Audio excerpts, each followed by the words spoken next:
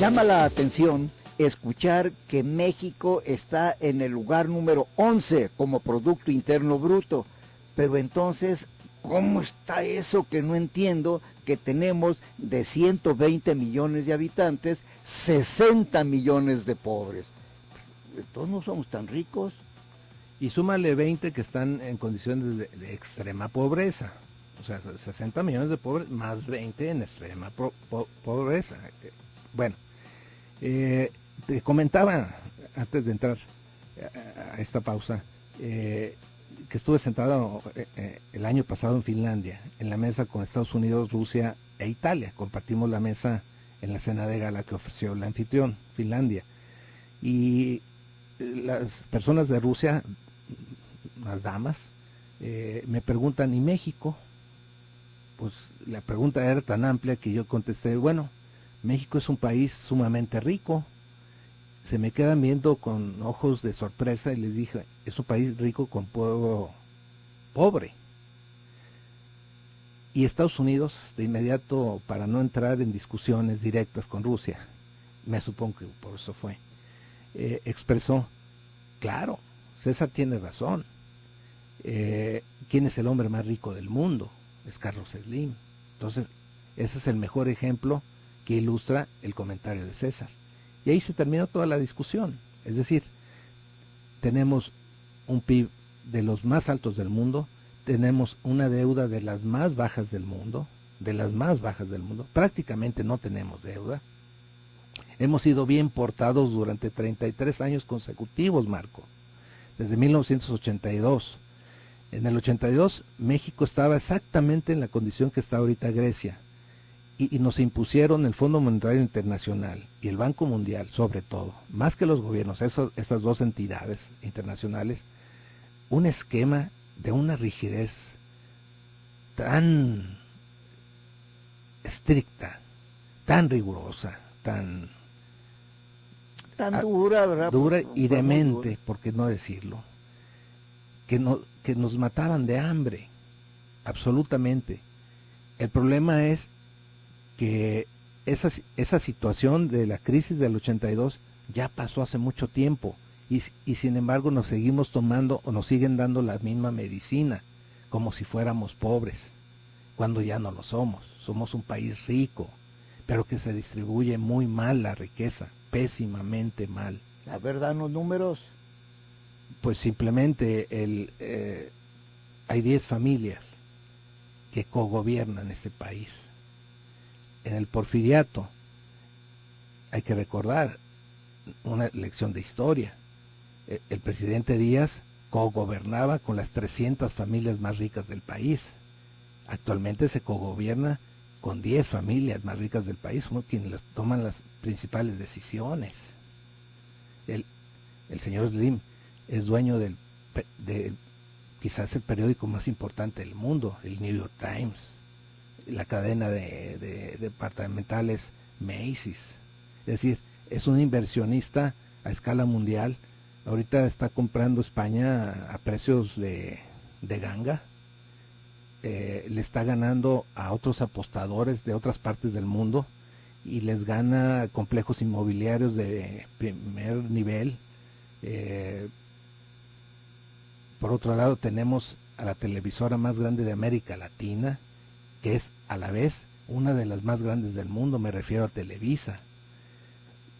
Estos monopolios que fueron muy asediados y fueron prohibidos en los Estados Unidos. Pero ya dijiste 2, nos faltan 8 ricos de los que cogobiernan en México. Pues mira, tenemos a esta empresaria, hay 2 damas en esta lista, muy destacada, de la cervecería Modelo, que dicen que la vendió. Yo tengo mis severas dudas al respecto.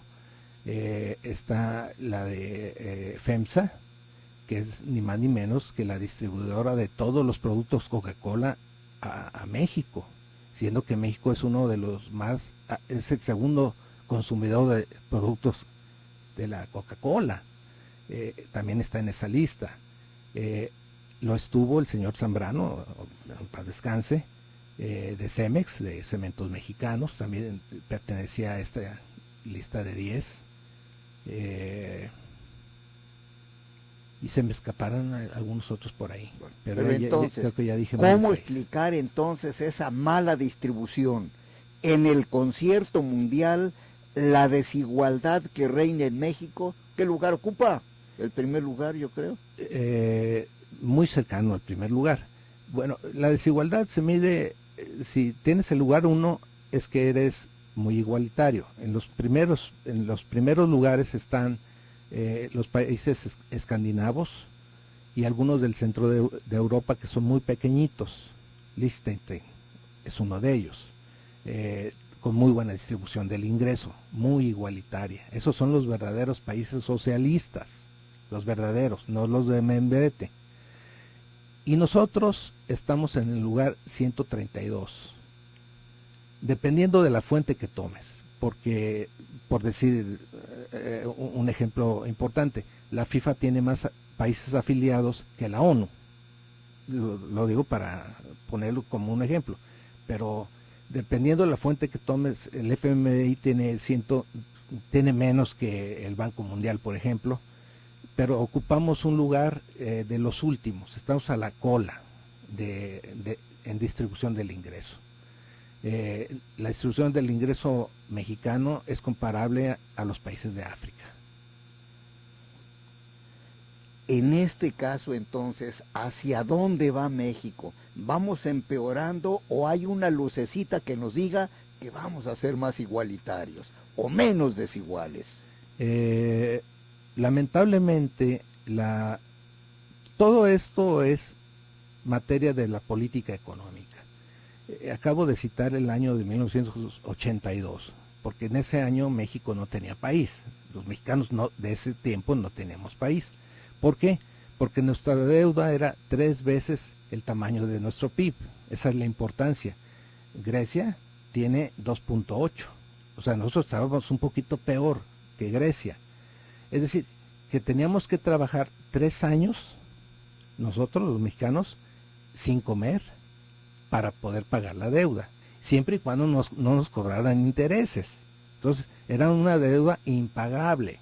Por eso es que nos recetaron las inyecciones que nos recetaron, las intravenosas que nos recetaron, las medicinas amargas que nos recetaron, y el clásico domingo en la noche que salió el presidente a avisarnos que venían nuevas medidas de austeridad y que teníamos que apretarnos el cinturón. ¿Hacia dónde vamos en 2015? En materia de desigualdad, empeorando porque la política económica se está resolviendo por medio de la política social, es decir, asistencialista.